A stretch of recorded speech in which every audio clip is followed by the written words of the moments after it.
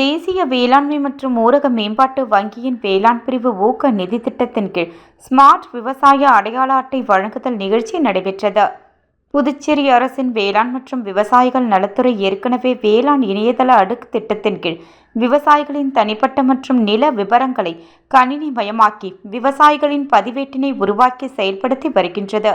கணினி மயமாக்கப்பட்ட தகவல்களை அடிப்படையாக கொண்டு வேளாண் மற்றும் தோட்டக்கலை திட்டங்களின் கீழ் 115 உட்பிரிவு திட்டங்களுக்குண்டான மானியங்கள் இணையதளம் வாயிலாக செயல்படுத்தப்பட்டு வருகின்றன.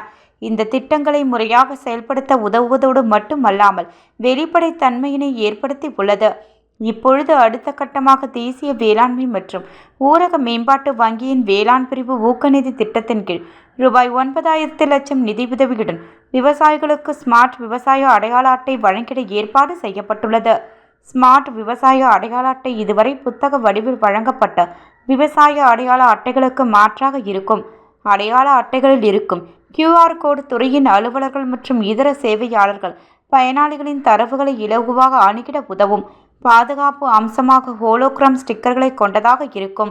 விரைவில் தேசிய மயமாக்கப்பட்ட வங்கிகளை விவசாய பதிவேட்டின் தரவுகளுடன் இணைத்து விவசாயிகள் வேளாண் துறையில் வழங்கப்படும் பயிர் சாகுபடி சான்றிதழ் கொண்டு பருவகால பயிர்க்கடன்கள் வழங்கும் வாய்ப்புகளை பரிசீலிக்குமாறு கோர உத்தேசிக்கப்பட்டுள்ளது.